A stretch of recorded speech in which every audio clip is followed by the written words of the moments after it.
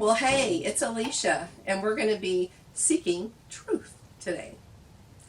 The subject we're going to be talking about is not necessarily the funnest subject, but it'll be the subject of death.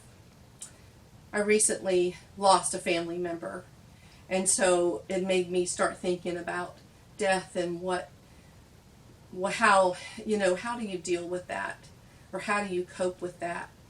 Number one, when I got that phone call, the pain just sunk deep into my soul. I felt the pain for my cousin. It affects everybody around you when someone dies. I know there's others in our church family, outside our church family, that have had recent deaths in their family, and the loss is great.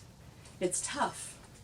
I want to read a verse to you because it affects everybody, but there is a helper. In Psalms 34:18, it tells us, "The Lord is near the brokenhearted. He saves those crushed in spirit." And that is exactly, I know how you feel when you've lost someone you love.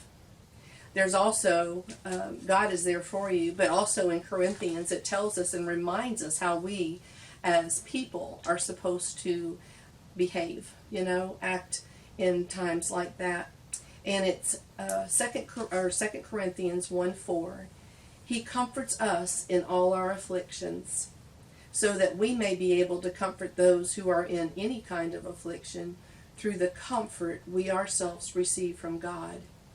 So he's telling us we've been comforted by him, so in turn, when someone needs comfort, we are available to them and we comfort them.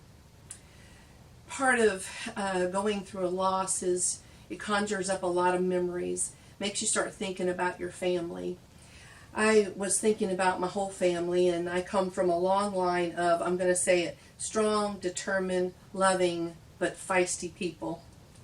My grandmother and grandfather came from Georgia. They were sharecroppers there and moved to Florida. They were strong people, and they worked very hard.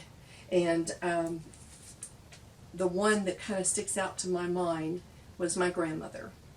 She could make the best macaroni and cheese, and she made no-bake cookies. It's a chocolate cookie. I don't know, you may have heard of it, but she made those, and so in turn I made those, and then I passed it to my daughter-in-law Crystal. She makes those, and then I have two grandsons. I'm hoping that one day their wives may pick up on that and then continue passing that down. So those are just some little things that you think about, is passing down a legacy. Also, fruitcake cookies. I know a lot of people don't like fruitcake, but fruitcake cookies are the best, and we love them. And it was always a Christmas tradition for my grandmother. But the one thing I got to thinking about is my grandmother took all of us to church, our cousins, she took us to church. And I truly think, as I reflected on it, that she took us there to meet Jesus. And many of us have. We recognize that she planted the seed. And then years later, many of us have accepted Christ. It also makes me think of, I looked up this verse, Ephesians 2:13. Because my cousins and I, we may not get together. We are kind of distance-wise. We're not very close. And so it's harder now than when we were children. But we are connected by blood. But when we accept Christ and know Christ, we are connected by the blood of Christ. Let me read Ephesians 2:13. "But now in Christ Jesus, you who were far away have been brought near by the blood of Christ." So we are connected through Christ when we accept him into our heart. When we believe that, the birth, death, and resurrection of Christ is all true. He tells us if we accept it in our heart, believe it in our heart, and say it with our mouth, we are saved. So she planted some seeds. And I know that my cousin's son, who passed away, I know that he is in eternity with God now. He is a child of the King. My grandmother, this is kind of a thought, This isn't in the Bible, but this is my thoughts about my cousin that passed, is that when he came, let's say the pearly gates of heaven, my grandmother, my parents, my aunts and uncles, my cousins that have passed before me, all the family that have accepted Christ met him. And there were no tears, no sorrow, there was only joy.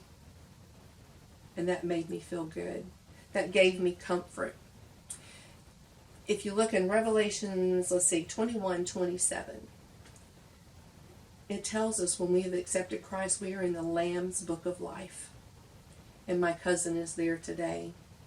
Ephesians 2:8 and 9. I'm going to read those for you.